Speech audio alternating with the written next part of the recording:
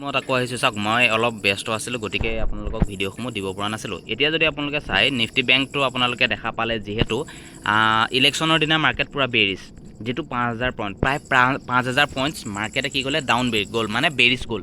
এতিয়া যদি আপোনালোকে চাই তেতিয়াহ'লে চাওক ইয়াত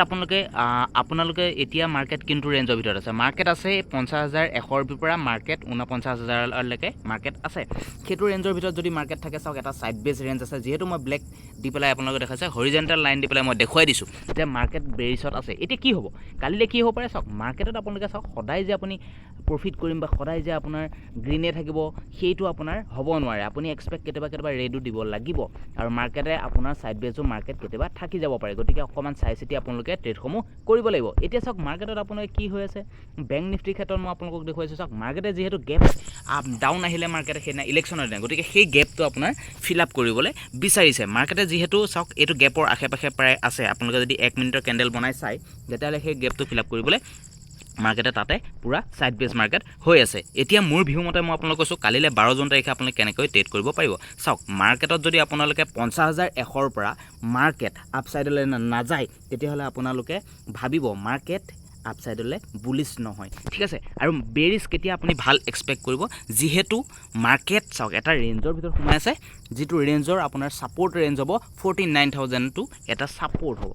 গতিকে সাপোৰ্ট আৰু ৰেজিষ্ট্ৰেচনৰ ওপৰত বেছ কৰি আপোনালোকে ট্ৰেডসমূহ কৰিব লাগিব এতিয়া যদি প্ৰফিট কৰিব বিচাৰে তেতিয়াহ'লে চাওক মাৰ্কেটত আপুনি কি কৰিব লাগিব 10 পইণ্ট 20 পইণ্ট 50 পইণ্টলৈকে মাৰ্কেট আপুনি এক্সপেক্ট কৰিব লাগিব এতিয়া চাওক 15 মিনিটৰ কেণ্ডেলত এইটো মই দেখা পাইছে এটা ধুনীয়া সাপোৰ্ট বনাই থোৱা আছে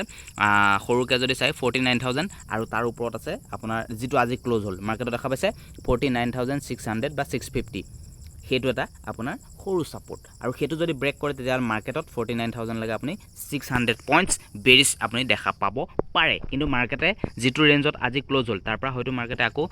আপসাইডলৈ কালিলৈ বুলিছ হ'ব পাৰে গতিকে অকমান গেপ আপ গেপ ডাউন আপোনাৰ কি হৈছে সেইটো অকমান চাই পেলাই আপুনি ট্ৰেডসমূহ কৰিব লাগিব মোৰ ভিউ মতে মই আপোনালোকক কৈছোঁ চাওক মাৰ্কেটত ইমান ভাল এটা ষ্ট্ৰাকচাৰ পোৱা নাই যদিও মই মাৰ্কেটত আপোনাক কৈছোঁ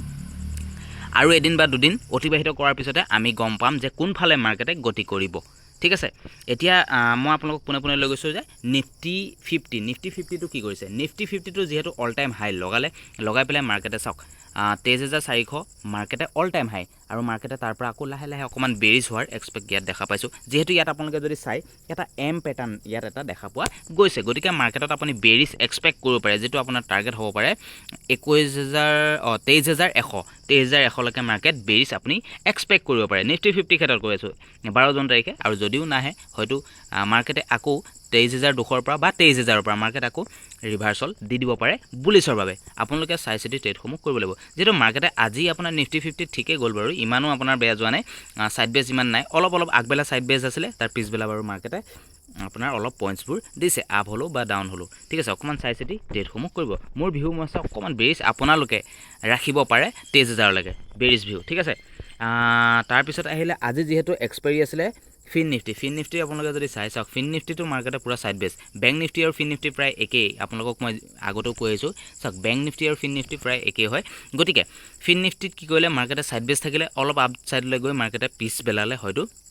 আপোনালোকে দেখা পাইছে মাৰ্কেটত যদি আপোনালোকে চাইছিলে বেৰিছ দেখা পোৱা গ'ল এতিয়া মাৰ্কেটৰ ভিউটো কেনেকুৱা আছে মাৰ্কেটৰ মই কৈছোঁ ফিন নিফটি মাৰ্কেটত আপুনি অলপ বুলিছ এক্সপেক্ট থাকিব কাৰণ যেহেতু আজি মাৰ্কেটৰ এক্সপায়াৰি দিন হৈ গ'ল গতিকে আপোনালোকে যদি চাই ফিন নিফটিৰ ক্ষেত্ৰত এটা ভাল মই ভিউ দেখা পাই আছোঁ বুলিছ ভিউ যদি গেপ আপ ওপেনিং হৈ যায় ধৰি লওক 22200 ওপৰত যদি মাৰ্কেট ওপেনিং হয় তেতিয়াহ'লে আপুনি বুলিছ ভিউ ডাইৰেক্ট ৰাখিব পাৰে 22600 লৈকে আকৌ আপোনাৰ নতুন আপুনি অল টাইম হাই এক্সপেক্ট কৰিব পাৰে 22750 লৈকে যোৱাৰ আৰু যদি এইটো ৰেঞ্জৰ ভিতৰতে থাকি যায় নহয় 22250 পৰা 22000 ভিতৰত তেতিয়াহ'লে আপুনি ইয়াতে আৰু এদিন বা দুদিন সাইড বেজ মাৰ্কেট আপুনি এক্সপেক্ট কৰিব পাৰে গতিকে অকমান মানে এইকেইদিন মাৰ্কেটটো অকমান চাই চিতি ট্ৰেডসমূহ কৰিব গতিকে আজিলৈ ভিডিঅ'টো ইমান আছিলে ধন্যবাদ